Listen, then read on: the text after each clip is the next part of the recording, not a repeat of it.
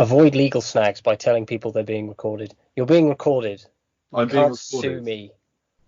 And I can't sue you. Okay, well, I'll try my best not to file claims against you. I mean, we've already got the restraining order. The restraining order's already in place. So, I've already feel like I'm quite secure in my environment, and talking to you over this, length of time is great. I can handle this. I don't feel what would be the word? Threatened? Yes. Uncomfortable? Yeah, I like uncomfortable more. Threatened, because you're not threatening. The restraining order isn't there because you're threatening. It's there because sometimes you make me feel uncomfortable. This is all in jest, by the way. I don't want your beautiful guys that watch your podcast to think that all 8 of them. All 8 of them. All 8 viewers. Let's give them a round of applause. Part of the OG 10. Thank you. All 8. I'm clapping. I mean, I would clap, but I save all my clap energy for the NHS. Oh, I'm kidding. Sorry. I don't do that. Sorry. Yeah. Because clapping for the NHS does nothing. How about you just don't vote Tory? How about you don't vote Tory for the better part 10 of years. a decade, and then maybe the NHS might have actually been funded enough to react to this crisis a little bit better. But let's not go too political. Let's not go too. Just clap. That'll solve the problem. Yeah, of course. Using kinetic energy via clapping is immediately fixes the problem. Definitely. Immediately. Do you know what fixes the problem more than anything else in life? Just like a moral support. If there's one thing that Fallout New Vegas taught me, it's just moral support is what you need to get through challenges. You don't need to invest in any other skills like medical. You just need moral support. Next time, you need to go to the doctors, don't go. Just get that moral support. I'll just ask someone to clap for me. And then you know what you need as well? Just to add to that, just get a copy of the Daily Mail and read that. And you'll feel so safe. So what are we talking about today? I'll let you do your hosting job. I have a formal intro where I will introduce you again. Oh. Talk dirty to me. Tell me my name. Is that what gets you off? Anyway, hello and welcome back to Out of the Cast, the film noir themed podcast. Last time we talked about Fargo, and this time we're going to talk about Blade Runner. And joining me today is the wonderful, oozing epitome of sex appeal, Accounting for Games. Welcome back, Accounting for Games. Am I the epitome of sex appeal? You are to me. That's why the restraining. I think my girlfriend would disagree with you. That's a bad sign. Oh man. Anyway, we had you on. We had you on here. We had you on the Curmudgeon Media podcast a couple of weeks ago, and that was a blast. It was great to have you on. But really, we wanted to have you on to talk about Blade Runner because you're quite an aficionado. Oh, I wouldn't go that far. You like Blade Runner. I like enjoy it. I enjoy it. Yeah, let's go with that. I've seen the first Blade Runner film beyond count. Actually, I can't count the amount of times I've watched it. We're gonna talk about the original 1982 film today, and then later on down the line, sometime soon, we're gonna have a chat about the exceptional sequel. I have so much I want to say about the sequel, but I'm gonna have to quell my passion. Try to keep it focused for one episode. For one episode, yeah. So should we set the scene of the world itself, sort of post-apocalyptic, but in a way that's less about desolation and more about alienation? Yeah, a twisted world, isn't it? Would be how I describe it. And then when I think of Blade Runner, I think of it's very dirty, isn't it? It's wet. Yes, it's grimy. It really is the quintessential rainy day noir cityscape. The conceit of Blade Runner is fairly simple, especially when compared to the book. This world, artificial life forms have been created called replicants, and they may be totally biological, but they're basically robots, and they are treated as robots. But for various reasons, mostly terrorism related, replicants have been banned on planet Earth. They are allowed sort of in the outer space colonies where they're used for slave labor, but on Earth they're strictly forbidden. And they set that up in a nice, neat text crawl at the very beginning of the movie. The thing is that obviously there will be rogues who show up on Earth and they need to be quote unquote retired. And in order to do that, they set a sort of, I guess you could describe them as a task force, kind of. Like a specialist service branch, isn't it? I think. Yeah, called Blade Runners, who are basically glorified hitmen. They're detectives / glorified hitmen who are set upon replicants to quote unquote retire them when they go rogue. And it doesn't matter if they've necessarily done anything wrong. The only crime they commit is existing, basically. Yeah, exactly. And because of the fact that replicants are sentient and they do rebel, they are stifled with a 4-year lifespan. And that is crucial because where the movie begins, you've got like a kind of crack team of terrorists, highly efficient replicant terrorists led by a character called Roy Batty, played by Rutger Hauer, in probably the greatest performance of his entire career. And all he wants is to extend his lifespan. That is his only goal.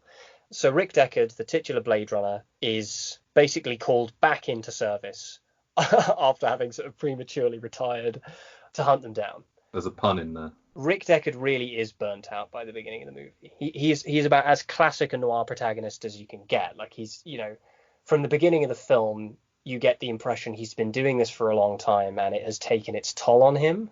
Yeah. He's very, very reluctant to get involved. He's like eating noodles and they have to actually arrest him to get him to come in because he's that reluctant. And it's a perfect bit of Harrison Ford in there as well. So reluctant to do it. Although he wasn't reluctant to do this film, was he? He was actually fully on board, I think, with doing this. Honestly, I wouldn't know, but that's not really relevant. It's the point is that you've got this kind of classic reaching back to the emotionally despondent noir protagonist of old. Yeah. He really does fit the bill. Blade Runners aren't really respected. They're not exactly respected in society. It doesn't seem like they are respected. You don't get that vibe, do you, when the police officer, when the cop is sort of talking to him? You're not cops, you're little people. I mean, it's almost a bit like Western, isn't it, in the sense that he's like a bounty hunter in a way, and the cops sort of look, the sheriff of the town looks down on him. Now, I mean, obviously this podcast is dedicated to all things film noir. Blade Runner's kind of an unusual one to include. As far as I'm concerned, it's unambiguously film noir, but it's a bit of an outlier. Like, I feel like it's sort of, you have movements in noir, you have like kind of phases. You've obviously got the original noir films of the 40s and 50s and sort of beginning to permeate the 60s, and then noir sort of fell out of popular favor for a while, and then it came back in the 1970s. In my opinion, that has a lot to do with Cold War and Vietnam, that sort of post-Vietnam period. The Hays Code, for those of you who don't know what the Hays Code is, the Hays Code was like a general kind of American censorship code which dropped in 1968, and then sort of post-1968 you begin to get those classic 1970s noirs like Chinatown, French Connection, Taxi Driver. But noir, it lasted the 70s but began to fall out of favor towards the end of the 1970s and the 1980s. Star Wars and movies like Star Wars and Jaws changed the film industry from that point onwards. When I think of sort of the 80s, I think of action blockbusters. The 80s is the era of the blockbuster film, in my opinion. It did carry forwards, of course. I mean, now you can make the argument now is really the era of mass appeal cinema, but I think the 80s is the turning point. That's the time, yeah. But you wouldn't get like a Dog Day Afternoon or a Serpico in that kind of. Yeah. I mean, maybe you would. I don't know. These are just my opinions. So, what makes Blade Runner a great film noir? Well, the real question that you've first got to, at least to me, is I wanted to address the author first of the book. Oh, Philip K. Penis. Yes, Philip K. Penis. I stole that joke from Green Ornstein, I have to say. Who, I think we have to thank him. Did he die the year that Blade Runner came out? I'm pretty sure he might have done. I'm definitely not Googling it as we speak. Because Blade Runner is 82, and I'm pretty sure he might have died. He died in March of 82, and Blade Runner came out when? There's something kind of prophetic about that, isn't there? Yeah. Because He died in March of 82. Blade Runner was released in September of 82. And then you've got the fact that Blade Runner is set in November of 2019, and Rutger Hauer died before November 2019. Like, he died in 2019, Wow. but he didn't Wow. make it. Wow, that is What's shocking. pathetic about that? Well, all my point was going to be that when I think of him as an author, I mean, during his lifetime, he wasn't exactly the most well-known science fiction author. You don't think? For people like me and you, who are into science fiction anyway, he was well-known. But for a mainstream audience, I don't think he was quite that well-known. Because really, I think Blade Runner set in motion a series of different adaptations of a lot of his works. So things like The Minority Report is based on his work. Total Recall, that's him as well, isn't it? I think. I'm pretty sure Total Recall is based on something that he did. I typed in Total Recall book, and I got the autobiography of Arnold Schwarzenegger. Wow, I'm pretty sure that we can remember it for you wholesale. That we can remember it for you wholesale. Yeah, short story by Philip K. Dick. And then the other one that's quite modern, that's had an adaptation fairly recently, is of course Man in the High Castle. Who did the Adjustment Bureau? I have no idea. That was Philip K. Dick as well. The Adjustment. Oh, was it? Yeah, or it's called Adjustment Team, but the Adjustment Bureau is based on. But what does that have to do with film noir? What can we owe to him that makes Blade Runner a great film noir? Well, all I was gonna say as an opening point was that when I think about Blade Runner, I think about the reception it got at the time when it came out. It wasn't a particularly well received film, was it, by audiences? It was under the radar a little bit. And I wanted to bring that back to your point about film noir dying a bit in the 80s. Yeah. Is Blade Runner 1982 what killed it in the 80s? I don't think so. I really don't. I think film noir stopped being prevalent in the late 70s. You know, because I think of Taxi Driver, which came out 76. That was 76. Okay. So when I think of the film noir, I do think of Taxi Driver, to be honest. Really? I love Taxi Driver. We've kind of gone wildly off the question, but to me, I wonder whether or not Blade Runner is the film that killed film noir accidentally. For at least, I don't think it did. Maybe a decade. I don't think it did for a couple of reasons. First of all, the ill reception of Blade Runner didn't really have anything to do with generic prospects. It had everything to do with the way that it was edited for the theatrical release, which was obviously a complete and total disaster. It was a sham. You know, getting Harrison Ford to come back, slipping a couple of tequilas down his gullet and getting him to do a voiceover was an atrocious idea that completely ruins any of the subtlety of the movie. And giving it a happy ending, I mean, the happy ending truly is if anything, the happy ending for me stops the theatrical release from even being a film noir, in my opinion. I think film noir is defined in a certain way by kind of like a feeling of fatalism. If you look at the ending of Chinatown in 74, that's like the most iconic film noir ending maybe ever.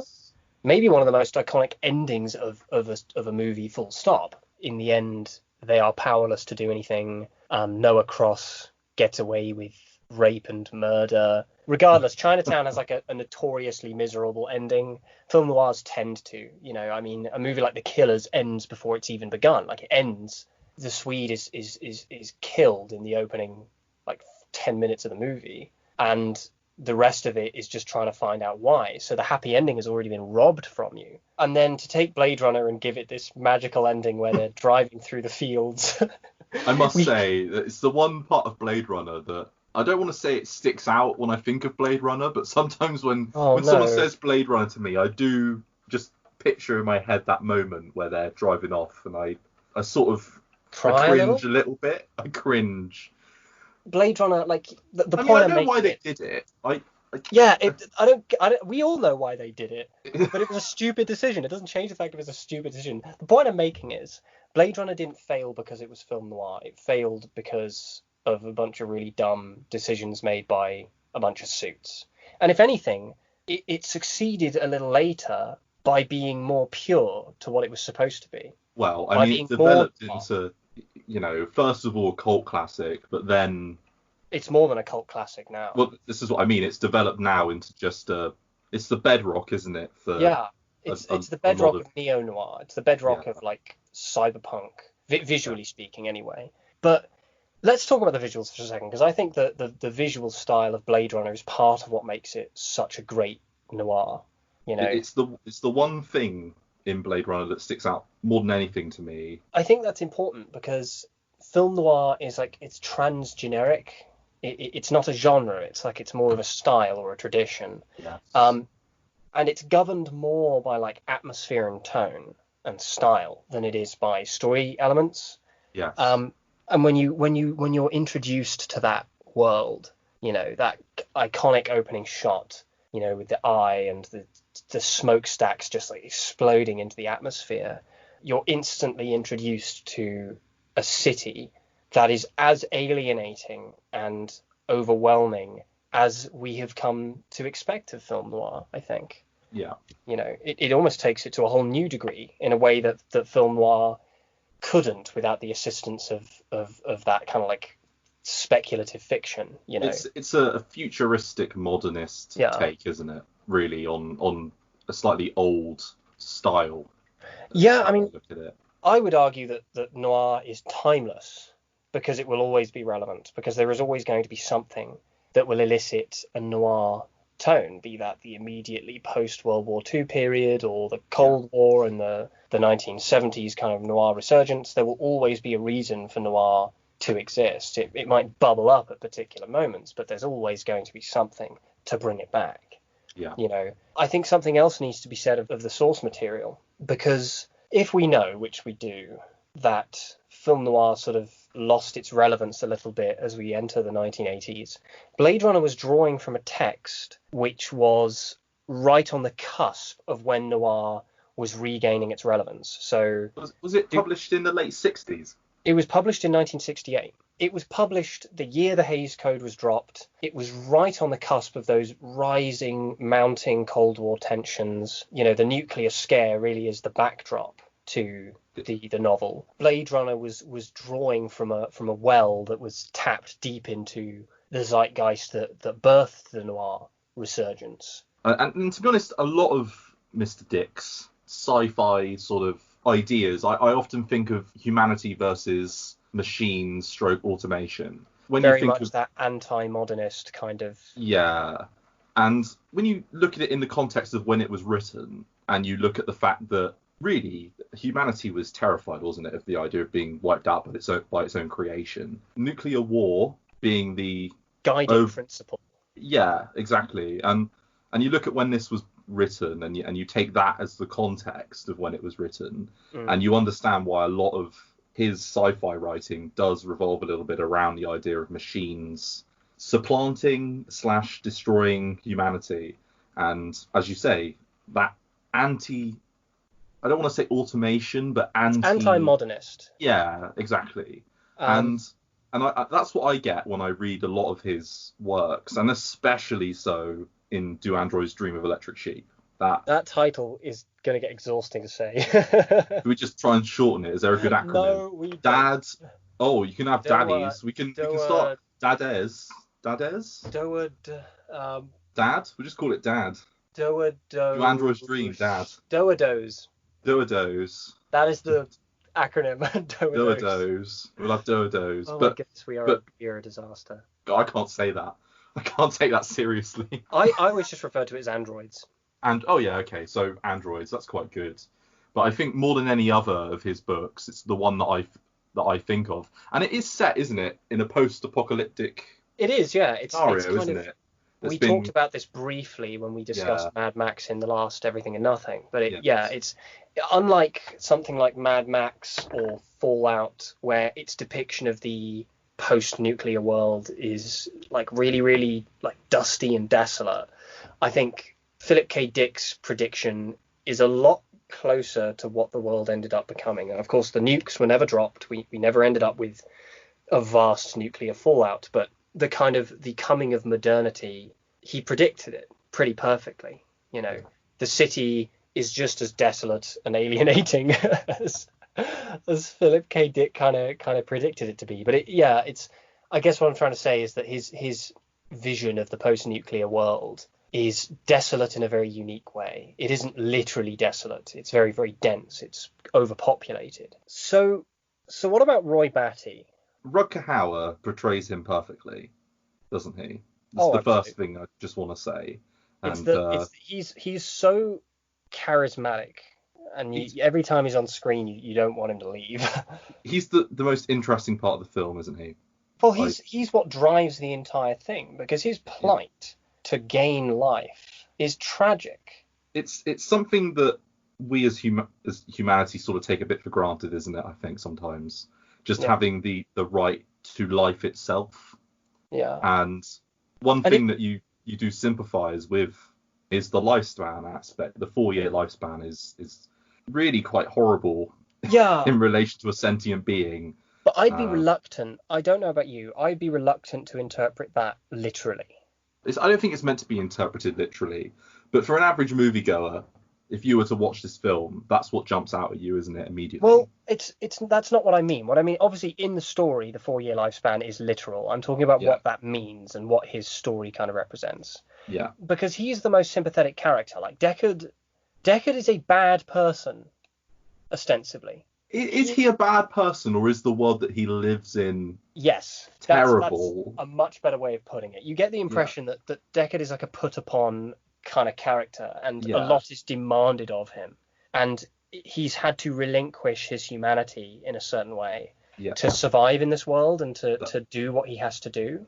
That's how I read into it. And that's the impression that I get when you first meet his character, is that he's over it. Yeah.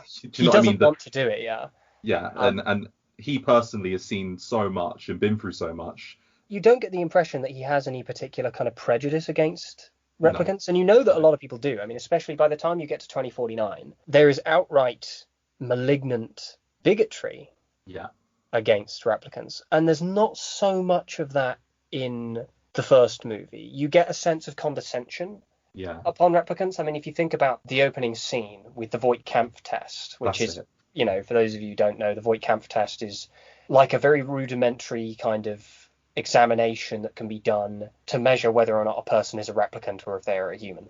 Yeah. And we see this test being performed on a guy, and the way he regards him is with just such like contempt and condescension.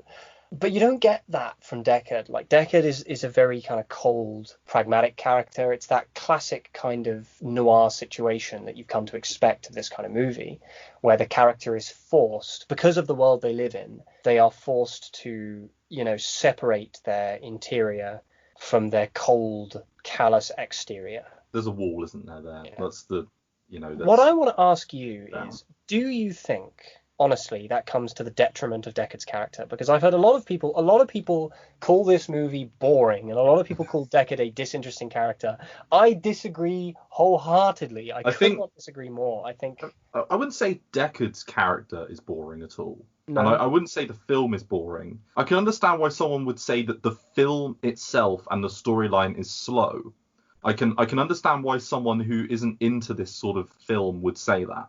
Slow does not equal boring, though, Slow does not equal boring, and that's sort of the point that I'm trying to make here, is that the film is slow, but as long as you stick with it and just let it play out, let it develop, let it grow, you've got a lot to build into there. Let it go. I mean, as an antagonist, Deckard isn't the most interesting individual in the world. As an antagonist? Is that how you view him? I switch between antagonist and protagonist in many respects with this film. It's almost like he's neither, because he's certainly not the hero of the story. No, this is the thing with his character. He is so broken down, isn't he? And then towards the end of the film, when he does meet Gary Busey.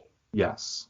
You start to see a slightly different. when he meets Rachel, when he meets the replicant that he ends up falling in love with, you get to see that more sensitive side. At the start of the film, he reads as an antagonist to me, and kind then by the end, cold. Yeah, but in a way, you sympathise with his position though, because you can tell that he is just broken down, and he's doing this not because he necessarily wants to, but because society is forcing him to do it. Yeah. But by the end of the film, you're rooting for him more as a protagonist, because he is at that point you can tell he's gone through an emotional change. It's funny. It's funny you should say that, because for me, I kind of agree and kind of disagree. Where I think at the beginning of the movie, Deckard is the protagonist, because Roy Batty comes across as instantly kind of like, he's charismatic in an overtly villainous way. He's draped in this huge leather, like armored trench coat. He soliloquizes like Scar. He comes across as almost Shakespearean. Yes. And that's part of what makes him very entertaining, and why a lot of people say he's the most entertaining part of the movie, because in stark contrast to everybody else in the movie, ironically, he's much more human, while everybody else comes across as kind of like stilted and they have been broken down by this ironclad world that they have to live in. The movie has that overarching feeling of, what does it take from you to live in this kind of world? What do you have to relinquish? But because of that, because Roy Batty at the beginning of the movie comes across as such a Machiavellian kind of character, I'm drawn to Deckard. But then as you begin to learn what Roy Batty's actually trying to do, and towards the middle of the movie, you begin to think, actually, maybe Roy Batty is not the villain. Roy Batty is actually unusually compassionate, especially in contrast to Deckard. I mean, there's that amazing scene when Deckard is chasing that one replicant part woman. Of their cell was part of their cell, wasn't it? And she's just minding her own business. She's got a perfectly fine job as a stripper. Hey. I didn't mean that to sound as ironic as it did, but I'm serious. Like, she's doing fine in given the circumstances. She's not hurting anybody. She's just doing this job, making some money, and he locates her and he shoots her to death. Like, she doesn't come across as a villain. She comes across as a victim, and he chases her through the street and he shoots her to death. And I begin to get parallels to Chinatown in my head. The ending of Chinatown when they shoot Faye Dunaway to death as she's driving down the road. It feels like that to me. And in Chinatown, the people shooting her are the villains. Well, ostensibly. You don't want Faye Dunaway to die. You want her to escape. And when you begin to project that upon this scene, it's like, this woman doesn't deserve to die, but Deckard kills her because it's his job. And you get that bit when he's just staring at her lifeless body. And again, I'm getting parallels to Chinatown when Jake Gillis is just watching the dead, lifeless carcass of this woman that he loved. I know the paradigms are a little different, but the scenes are similar, aren't they? The scenes are very similar, in construction and sort of what they're trying to portray. You've got that just look on his face after he shoots this woman to death that just says, I have to do this for a living. I mean, to me, happy about it. I agree with you in this is what I mean. It's quite difficult, isn't it, to necessarily pin someone down as being the bad guy. But I think that ambivalence is what makes it a great noir. If there was one thing I would say about what I feel is the bad guy in the film, I think it's sort of the world itself and the corporation. That's what I lean into, and that really both of there's swings and roundabouts, isn't there, with Deckard and Batty. It's sort of both of them have they're imperfect beings, aren't they? Both of them, but for different reasons. And the corporation is actually the reason why they're both in the situation that they're in. Neither one of them want to be fighting like they do at the end, but it's the corporation and the world itself that's caused them to actually end up in that situation. And in the end, what I do agree with you on is that in the end, Deckard is the one who undergoes a change. Yeah. But we'll get to that, because I can't, in many ways, in kind of a poetic sense, I want to save that discussion for last, because Tears in Rain is just... It's great. I just got chills. I got chills thinking about it. But it reminds me a lot of those early Fritz Lang movies, like Metropolis as well. Fritz Lang, as one of those German émigrés that sort of founded the noir style. Yeah. Noir is instantly imbued with that feeling of surviving in an ironclad world, or more specifically, maintaining your humanity in an ironclad world. And that is injected into Blade Runner in full force. Like Blade Runner, even though it is a sci-fi, it couldn't be closer to the kind of ethos of noir in that sense. Yeah. And I think that's exactly what you're talking about with these two characters who are really, it's not so simple as here's the good guy, here's the bad guy. It's more like, here are two characters. It's not Star Wars, is it? It's not Star Wars, no.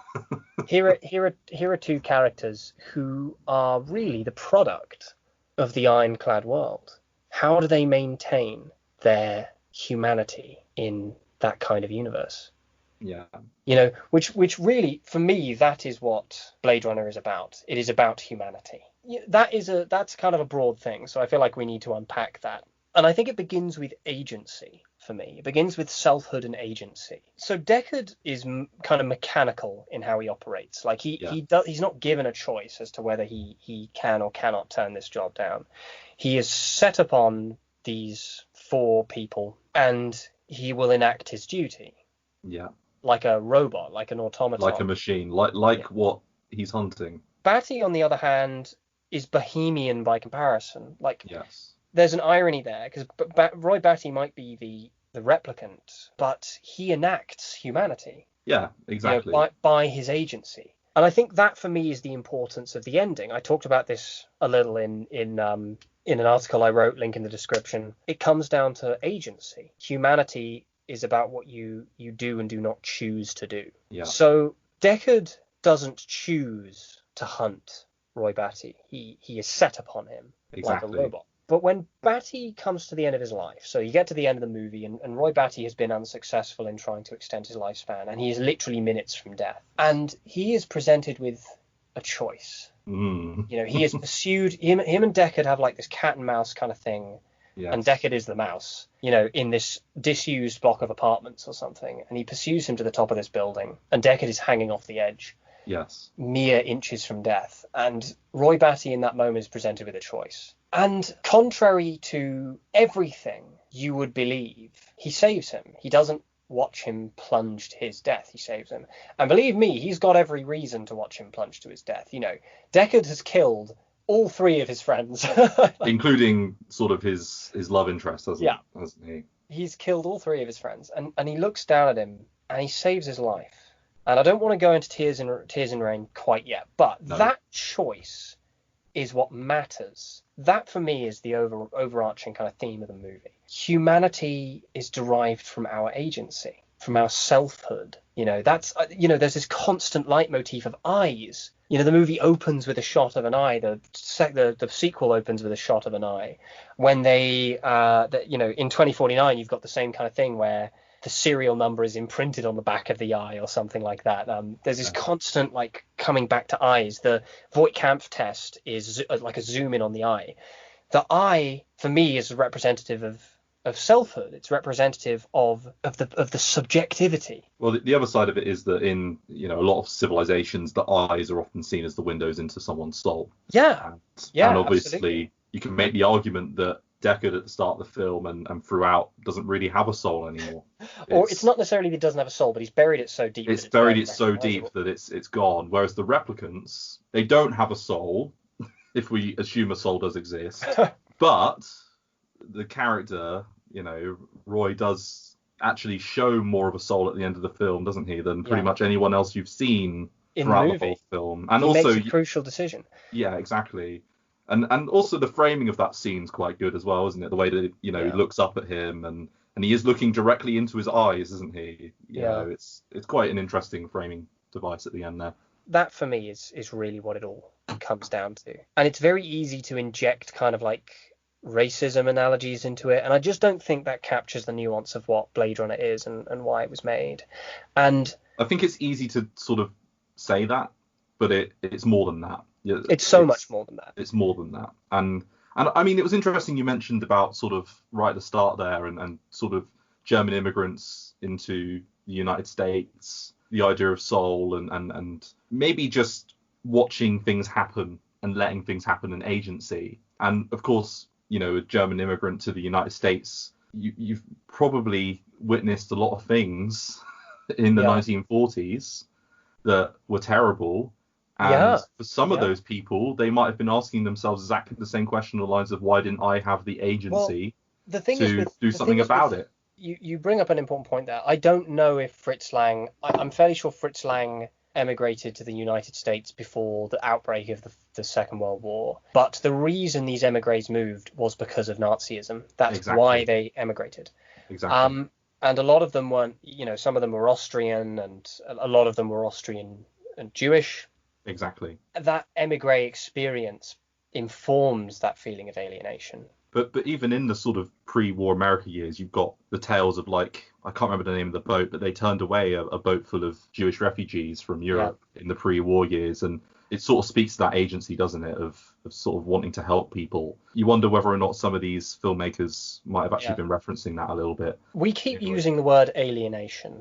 Yes. I think that's a central theme, isn't it? Why do you think that matters? Like, culturally speaking, because we've sort of injected our own kind of interpretations as to how alienation as a theme in noir overall is important and where it comes from.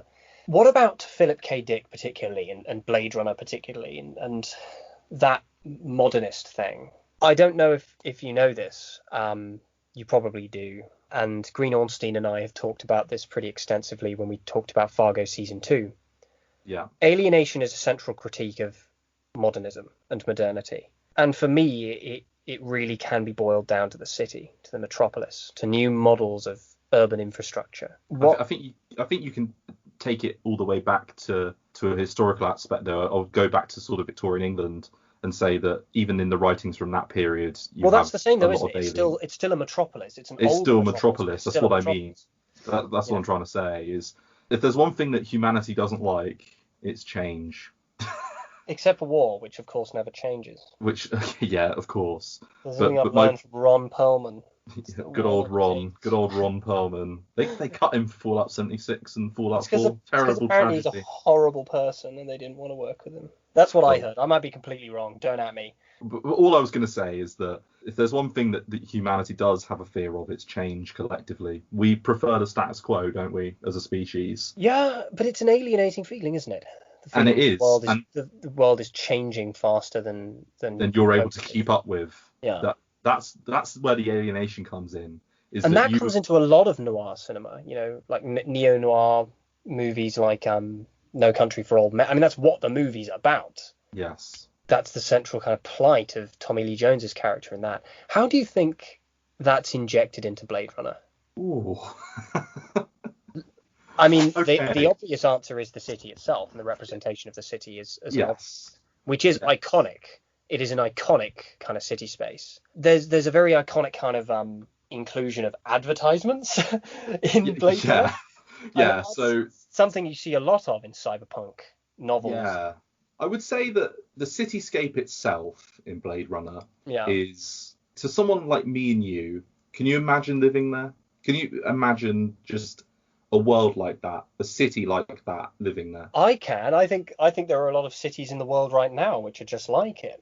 Not necessarily exactly like it, but that feeling. Well, what I was about to say was there are cities right now in this world that do mimic that style. I used to have to go through Charing Cross tube station quite frequently. And around like September to December last year, when it was beginning to get really cold, I would sometimes have to make a passage through Charing Cross tube station several times a day. Every time I'd go through, there would be a different collection of homeless people. And that's because they would be shooed off, because they weren't allowed to stay there for that long. They could stay there for maybe 20 minutes and then they'd be shooed off. And you think that is tragic. That is what our society has done. And when you think about Theresa May putting up spikes in sheltered areas a few years ago as an answer to homelessness, like I'm going on benches. Yeah, so that they can't lay across them, But what's worse was my own reaction. I turned my collar to it, obviously not literally, but as you're going through there, it's like, what can I do about this? Except occasionally give food and just get on with my day. Exactly. And that's what that kind of space demands of you. And that's why it's alienating. And you get an overwhelming sense of that in Blade Runner. In Blade Runner, it's like that feeling, isn't it? Taken to its absolute extreme. Its logical conclusion. It's that feeling of when you see someone like that and you know that every part of you would like to help them, but what can you do? It's sad. It is. It's just sad. And that's how you can understand how Deckard becomes as he does. Exactly. And when I say I couldn't live, like for example, you say that you're going through the tube station and things. I go to London quite a lot. I couldn't live in London. I couldn't do it. And it's oppressive. Yes, oppressive. That's the thing. And that's a really key kind of thing in Blade Runner. Let's come back to the oppression, because I think that's really important. But I kind of want to cap off what we're just talking about by kind of re-referencing that scene that we just mentioned, where he shoots the woman dead in the middle of the street. Yes. And the people around him don't appear to react. No. Just as we walk through Charing Cross Station and are powerless to really make any kind of fundamental change. And sometimes, we don't have money on us, so we're forced to just pretend that we can't hear them begging for our help. Which is tragic, and move on. And it's almost like that kind of world demands a degree of complacency, and in doing so it demands that you relinquish an important part of your humanity. That oppressiveness that you just mentioned almost appears to be like the cardinal feature of Blade Runner's city. Everything about Blade Runner's city is oppression. Everything from the size of the corporation and the ziggurat that looms over it's not even everything. Not even a skyscraper, it's a literal ziggurat. Well, it is. Do you know what I mean? I look at that and I think of it reminds me architecturally of the Aztec and Mayan ziggurat style. Yeah, that look. Absolutely. And of course, in the context of that historical type of building, it was the center of their entire society. Yeah. And temples and cathedrals in the UK were for a long time the centers of society. And you can make the argument that in some respects they still are. And in this world, the center of society is this Tyrell Corporation, monolithic corporation that just permeates all of society. Yeah. And that's what I was getting to with mentioning the adverts earlier. Is that this is a world governed by corporation and not governed by any kind of system of government. Yeah, exactly. Or like a democracy. It's governed by corporation. Even the police seem to be parts of the corporation. Yeah. Everything is given over to it. There doesn't seem to be a centralized government that regulates anything. It just seems to be a corporation with them at the top and then everyone else down below. But I think Tyrell Corp and these major corporations have sway in this world because they created the technology that basically drives it. Yes. They invented the cars. They invented the replicants that have made this society possible through exploitative slave labor. And I want to talk about the opening bit of the book. And I read the book recently. So they've got this thing called a mood organ, which they can set to a particular key, and it will basically govern how they feel for the day. And the whole opening scene is Rick Deckard talking to his wife, and his wife isn't in the movie. And they have a weekly calendar which tells them exactly which key to set it to at a certain time of day per day. Isn't it? But the thing is that his wife is basically saying, I've set it to make me depressed, but more or less so she can feel a more full experience of the human condition than to just feel complacently content day in, day out, because a piece of technology tells her to. You get this instant impression that the technology that has been created by these enormous corporations, including Atari, you've got that iconic, massive Atari logo plastered all over a skyscraper. It governs more than just the way the world works. It governs us as people. It's the idea that the corporation is controlling our emotions and our soul, isn't it? That's so distressing. It's a slightly more subtle version of something like They Live. not to discredit They Live, because I love that. Or the Emoji Movie, which of course... oh my goodness. Which of course they have to behave in a certain way for the phone. When we talked about a bunch of different stuff in our Everything and Nothing podcast a couple of weeks ago, we compared Batman vs Superman to Citizen Kane. We compared Zack Snyder to Alan Moore, and now we're comparing Blade Runner to the Emoji Movie. That is a new low. I'm just saying, do you think the writers before, one of the writers for the Emoji Movie was like, oh, I read this really good book the other day where I want to make Blade Runner, but I want to make it better than Blade Runner. I want emojis. I want emojis. let's move off that before we fall down that disgusting rabbit hole. I'm going to call it sewer hole, not rabbit hole. Yeah, a rabbit hole is less rancid than the Emoji Movie. But anyway, let's go back to it. So, the emotional impact of effectively corporations controlling the way that you feel. Not only what you think about, but the way you feel about what you're thinking about. It's tragic, it's miserable, and it is exactly what I love. Don't listen to this podcast if you want to pick me up. Don't watch Blade Runner if you want to pick me up. Do watch Blade Runner though, because it's very, very, very good. Now, that's the thing about Blade Runner, and that's why I find Blade Runner so engrossing. I don't find my attention drifting with Blade Runner. I never do. And I was almost surprised, because obviously the Red Letter Media guys did their review of Blade Runner. They are perfectly candid about the fact that they think it's boring. And it's like, fair enough, I can understand that. I just don't agree, though, because I think there's so much going on all the time under the surface. You know, it may have this surface level aspect of a bunch of miserable, emotionally despondent people living in an alienating tech-noir future. But when it comes down to it, there is always something going on below that surface.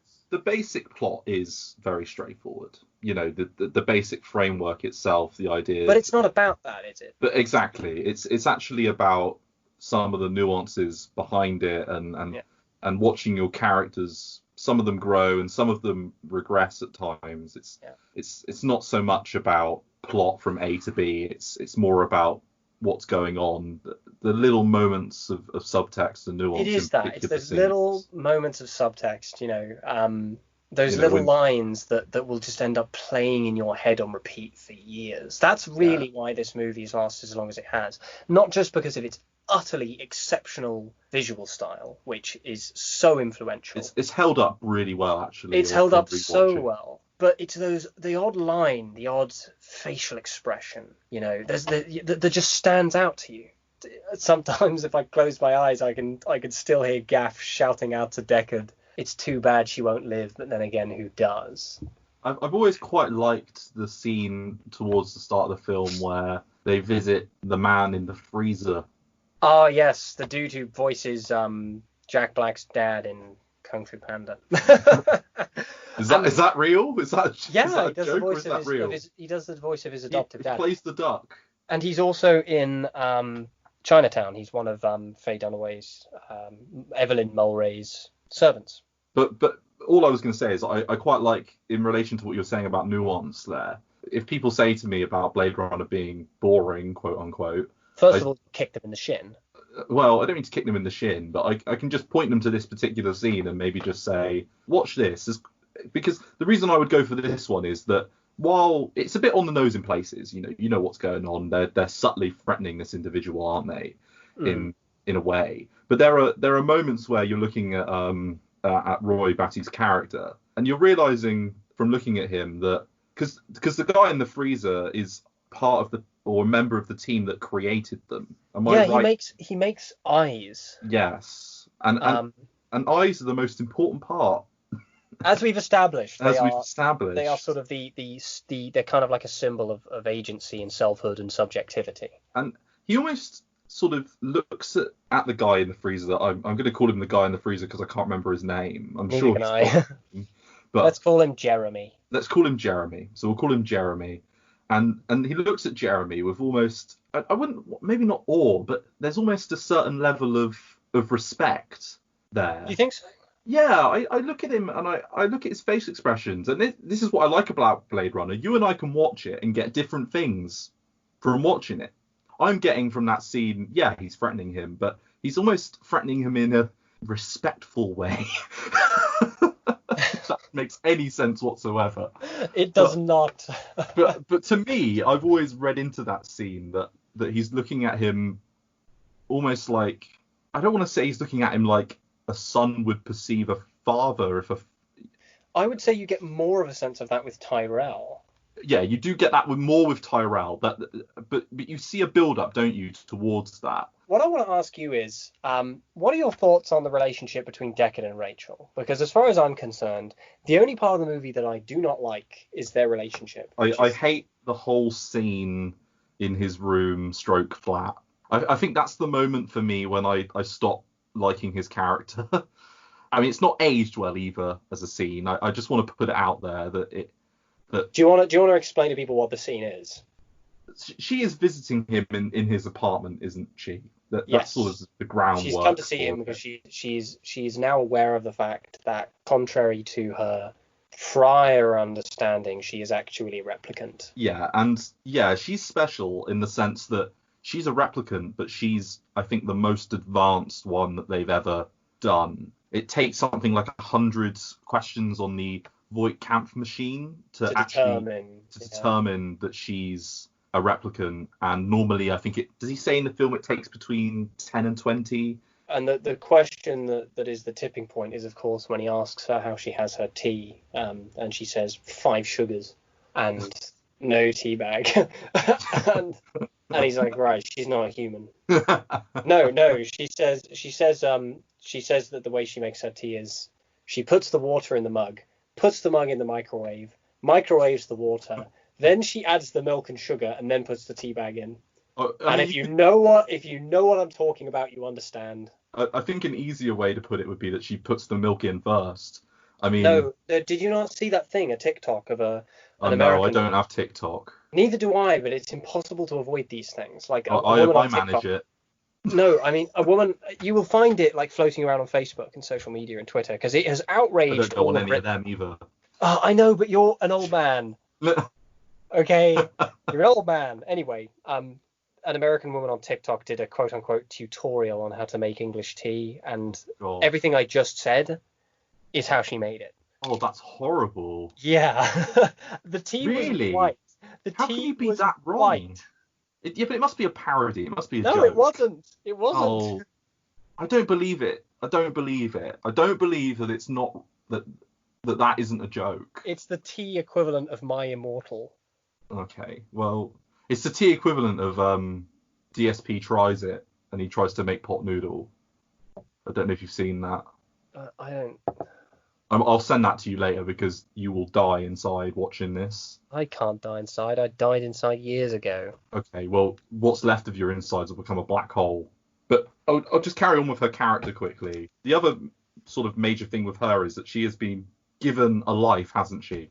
Sort of memories and she's been given implants, and it's almost like the precursor, really, to replicants as they are in 2049, where they do have implants. The replicants are aware that they're implants, but of course Rachel is not aware that her memories aren't real. And she goes to visit him once she finds out sort of the horrific truth and the inconvenient truth. Al Gore showed up at her house. Yes, and told her about climate change. And then George Bush came in and ruined everything. Oh, George. Oh, George. But so in particular reference, then she visits Deckard, and they have a very intimate. Should we go with intimate? It's a bit rapey. Yeah, let's call it rapey because that's what it is. It's a bit exploitative. It's she's obviously someone that's going through a lot of emotional turmoil and needs support, and she's turned to someone that she's only really just met fairly recently, and I don't want to say he takes advantage of her emotional state, but he takes advantage of her emotional state. Yeah, exactly. and then there's some very weird Harrison Ford dialogue with her where he like asks her to say stuff. He asks her to recite the Jabberwocky in a Scottish accent. Not quite that. What are you talking about? Have you not seen the famous Jabberwocky cut? No, I haven't. With that famous scene that they cut out of the director's cut, final cut, and every other cut. Beware the Jabberwock. Please stop. My son. Please stop. 'Twas brillig. I know why you're doing this, because the scene itself is... Gumble in the weeb. You're doing this to distract from the fact that this scene is probably the most awkward and just horrible scene in the whole film. And you watch it and you just think to yourself, oh God, please no. It really is the apex of the bigger problem, which is that they have no chemistry. Their relationship is unbelievable. I feel like 2049 kind of fixes it in many ways in retrospect. Yeah, it does somewhat. It makes it a lot less... I mean, the problem is she has no personality, really, and he has no real... I wouldn't say that he has no personality, but he certainly has no charisma. He is the embodiment of what the world that it takes place in demands of you. And he's dead inside. and then there's this poor girl that's sort of... I don't know, there's a lot to that scene to unpack, and I don't think any of it is particularly good. It's the one scene from the film that you can't cut it, unfortunately, because I think you need it.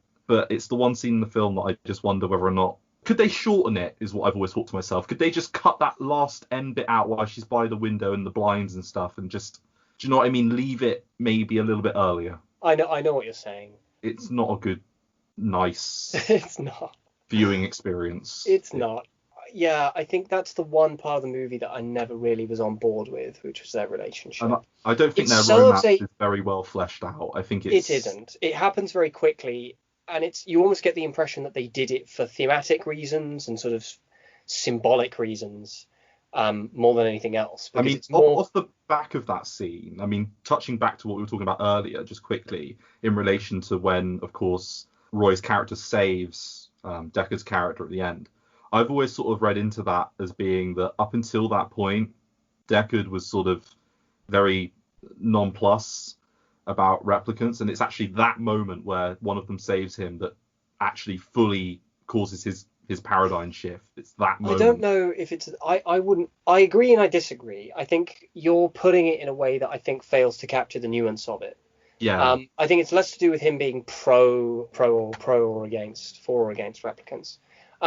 And I think it has more to do with what we were talking about before, about what constitutes human. Yes. And in the end, he realizes that Roy Batty and the rest of the replicants are as worthy of humanhood as he is. But what I'm saying is I've never seen their relationship as sort of being the thing that tips him off that. Yeah. It's, again, like I said, it's more symbolic. It's, human and a replicant falling in love.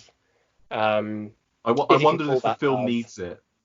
The one... It's more like two planks of wood rubbing against each other awkwardly than it is. Is that a description of their relationship? Yes.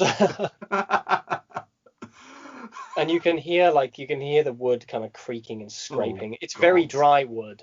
And I'm sure things were dry between them, if that... I don't... Can we just leave that scene? Do we have to talk about it anymore? Can we just leave it there? No, we don't. I don't want to talk about it. Leave that behind. But can we just say that I think we both agree that particular scene and their relationship... That aspect of the movie is the weakest part by far. Yeah, and probably doesn't... It could be edited better. They could maybe recut the film and... What about Gaff? Because I think Gaff is one of the most interesting characters in the movie, and he's barely in it. Good old Gaff. What's the actor's name? Edward James Olmos, I think his name is. I really like Gaff, not just because he has one of my favourite lines in cinematic history, the one I mentioned earlier, but also because he almost comes across to me as like weirdly omniscient. Yes. He leaves origami figures everywhere he goes, and that small detail gives him such a feeling of like character and personality in a way that you don't really get with a lot of characters, especially not Deckard. But of course, in the end, we know that he knows about Rachel because he puts the origami unicorn right outside his door or in the hallway or something, so he knows that he's been there. It's like he's like this all-knowing like philosophy of a character. He is the physical embodiment of the Big Beats manifesto. He is. Big Beats are the best, get high all the time. He's got a good look in the film, doesn't he? He does. I love the hat, the fedora, trench coat, the walking stick, the cane. But of course, he does get that amazing outro line. It's too bad she won't live, but then again, who does? It's... And he leaves you just scratching your chin, like, you know what, Gaff? Who does? Who does get to live? The answer is no one. Right. I suppose we can't really avoid it any longer. We've been talking for an hour and a half. It may not be that by the time I cut this down, by the way, but we have currently been talking for an hour and a half. And at no point have we talked about what is probably the most iconic part of the entire movie. And that is, of course, I'm obviously talking about M. Emmett Walsh. You're not talking about, the amazing moment where... It's M. Emmett Walsh. Okay. It's not the Emoji film. Yes, the most iconic part of the movie, which is obviously the Emoji movie. No, just the whole film, really. We're talking about Tears in Rain.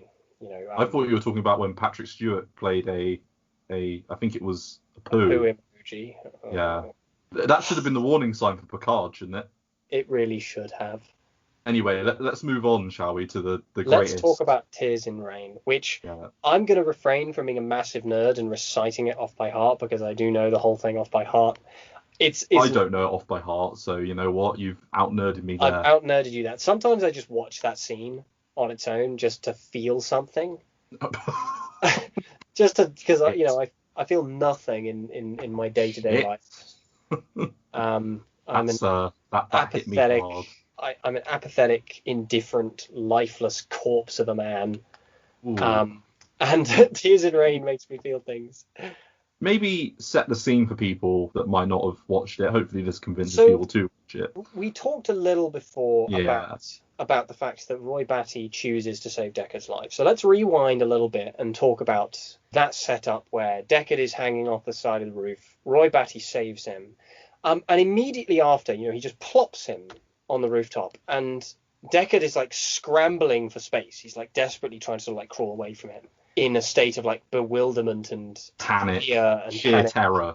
But it's not sheer terror though, is it? Because this guy just saved his life. It's a combination of terror and confusion, I think. Yeah. And he's looking up at him, and then Roy Batty sort of like sits with him, and he just talks.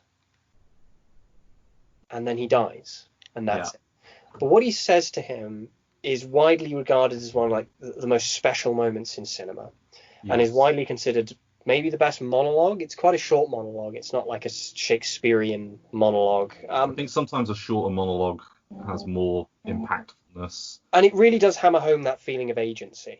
We were talking about the kind of like leitmotif of eyes and selfhood and the soul. And iconically, he opens this monologue with the line, "I've seen things you people wouldn't believe," and he proceeds to sort of like explain briefly these incredible experiences that have made him who he is, the things that he's done, the actions he has taken, the agency. The selfhood, it's about selfhood. It's about what these things, these vague experiences that have made him who he is. Prior to that, Tyrell in his bedroom also sort of foreshadows and says, "You've done amazing things." The flame that burns brightest is the one that burns half as long. And Tyrell is proud of it, but you can tell that Roy is not. He just wants to live. That's the thing. He just wants to live. Yeah. And he has been ripped of that chance. And that's the tragedy of that little monologue. All these moments will be lost in time, like tears in rain. And it's really sad. It is. And of course it's raining, and it's an implication that in this last moment he's kind of weeping to himself alone. And then he just dies. He passes quietly.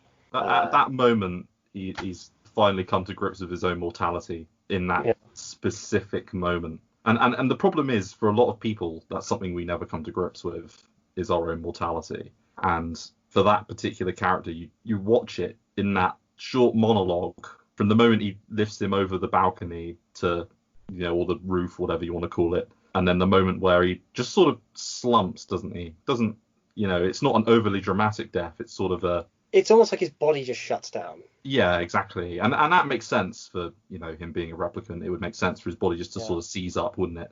But that's what I've always quite liked about that particular scene, is like you almost see the cogs turning, don't you? As he's sort of talking to him, and he realizes this is going to be his last conversation. Yeah.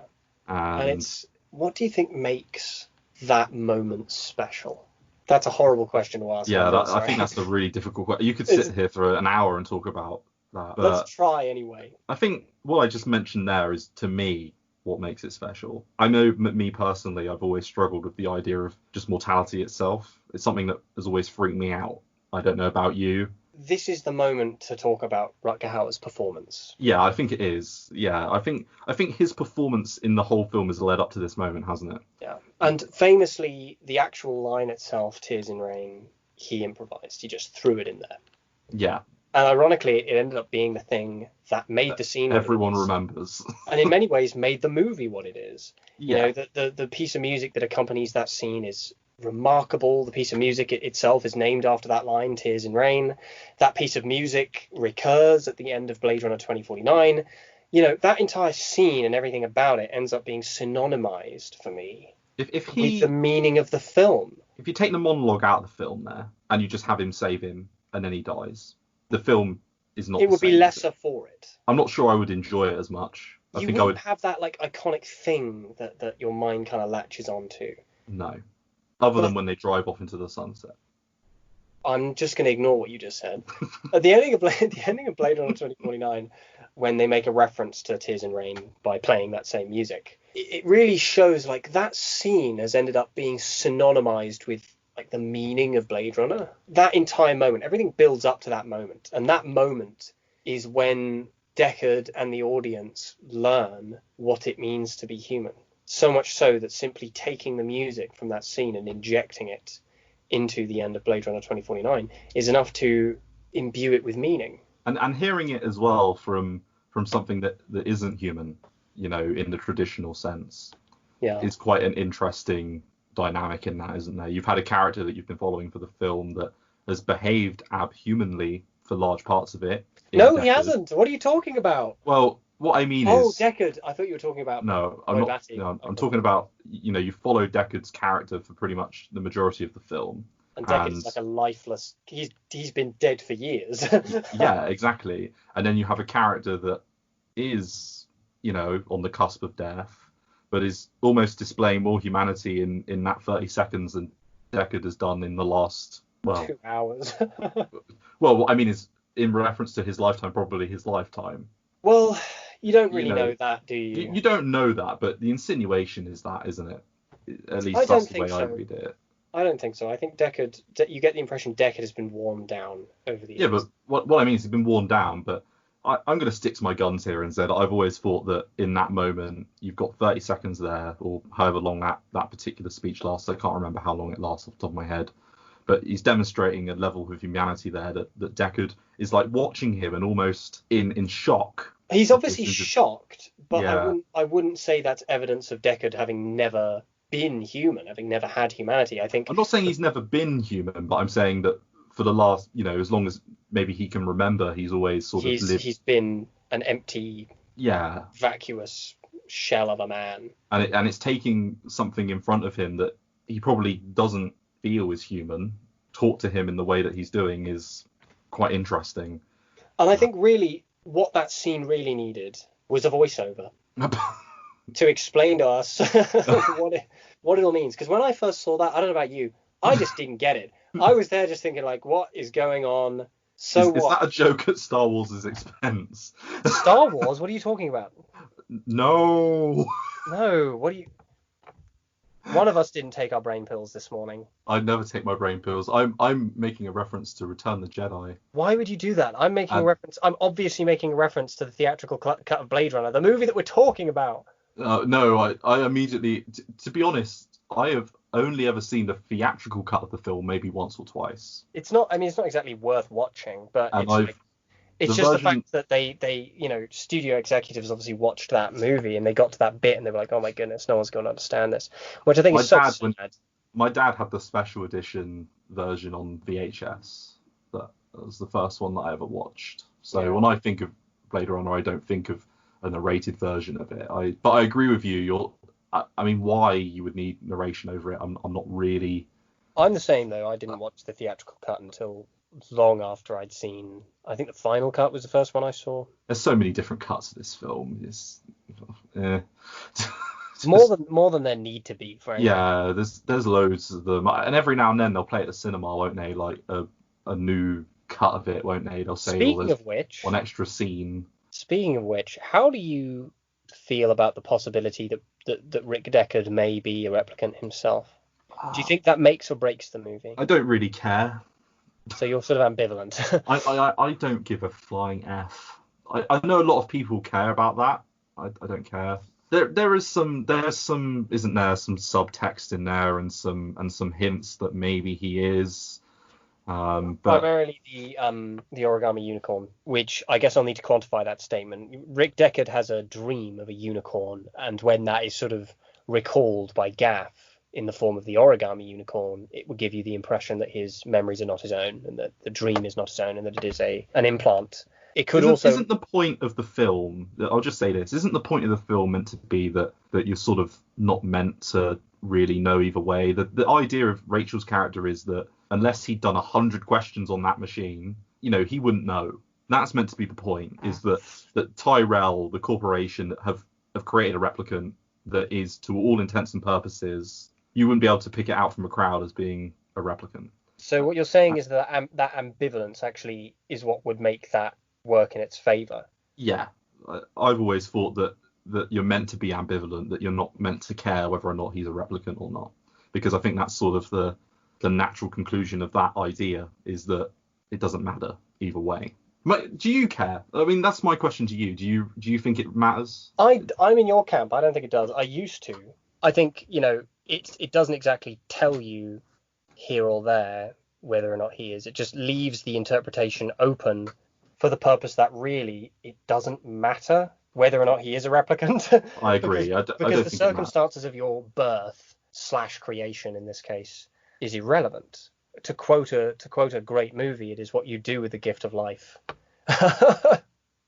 In a way, I think it would maybe detract if he was one, to be honest. I think the idea that he's a human that's sort of been worn down to the point where he is in his own way a bit of a machine, that's sort of got a little bit more impetus to it. I think if you're a science nerd like me, you like the idea of him being a robot purely from a standpoint of it's cool. So I think we could leave it off there. I think we've said plenty. We can regroup in a week or so and talk about Blade Runner 2049, which I'm very excited to do. Would you consider it your favourite noir film? No. Well, you wouldn't. Interesting. No, because Taxi Driver exists. I was like, you rank Taxi Driver over Blade Runner? I do. I really like Taxi Driver. Well, I guess we will have to return to talk about Taxi Driver as well then. Yeah. If you like, for example, if you're excited for Cyberpunk 2077 to come out and you haven't watched Blade Runner, go watch Blade Runner. You're completely missing the point of it. You need to go and watch Blade Runner. And there's a number of other games and things and media that if you enjoy it and you haven't watched Blade Runner, I sort of will look at you quizzically and sort of go, how can you enjoy that and then say you've not watched Blade Runner? It is almost the bedrock of which a lot of modern cyberpunky style is built on. And if you're excited for Cyberpunk 2077, the real question is why? Because that game's never coming out. Okay. It will come out. It won't. It'll be out this year. COVID-19 hasn't killed it, then something else will. No, I think it will be out. I mean, you got to be excited for some things. In our lives, you've got to be excited for some stuff, and I think Cyberpunk 2077 is definitely something to be excited for if they can pull it off. But when you were saying about whether or not, would I rank it and stuff, it's a must-watch for me. It's in the category of films that if I was to make a list of films that I would suggest someone watch, it would be in that group of like 5 films. And Blade Runner is tragically still a very relevant movie. I think it's extremely more relevant now, I think, than when it came out. Yeah, because we've reached Blade Runner time. November 2019 was last year. We are now in Blade Runner time. We are in Blade Runner time, and we haven't got flying cars. But that's kind of extraneous to it, though, isn't it? Like, sociologically speaking, and kind of, the urban atmosphere of it is very pertinent. It's not as grimy as it, let's face it. No, but as we mentioned earlier, going to London and stuff, it is sometimes quite oppressive as you walk around. And you can blame part of that on good old British imperial architecture. Yeah. But anyway. Yeah. Thanks very much for having me on again. It's been a pleasure. This one was a different sort of style, wasn't it, to what we did before? Less kind of clowning around. Yeah, less clowning around. If you want to hear about the clowning around, link in the description. Anyway, Counting for Games, thank you very much for joining me. I look forward to having you back on the show when we talk about the sequel and when we talk about Taxi Driver eventually. I'm very excited for that. God, how do people end podcasts? What do I say? I'm still in that I'll be the same. I'm still in that newbie phase of I like to end it on like a joke or something where it can just like end abruptly. No, you just say bye. Fuck you to your audience. Another good way of making sure your viewers come back. Just say fuck you. Go right up to the mic and go, fuck you. It's good to have complete total contempt for your viewer base. Well, that's how most major YouTube channels work, isn't it?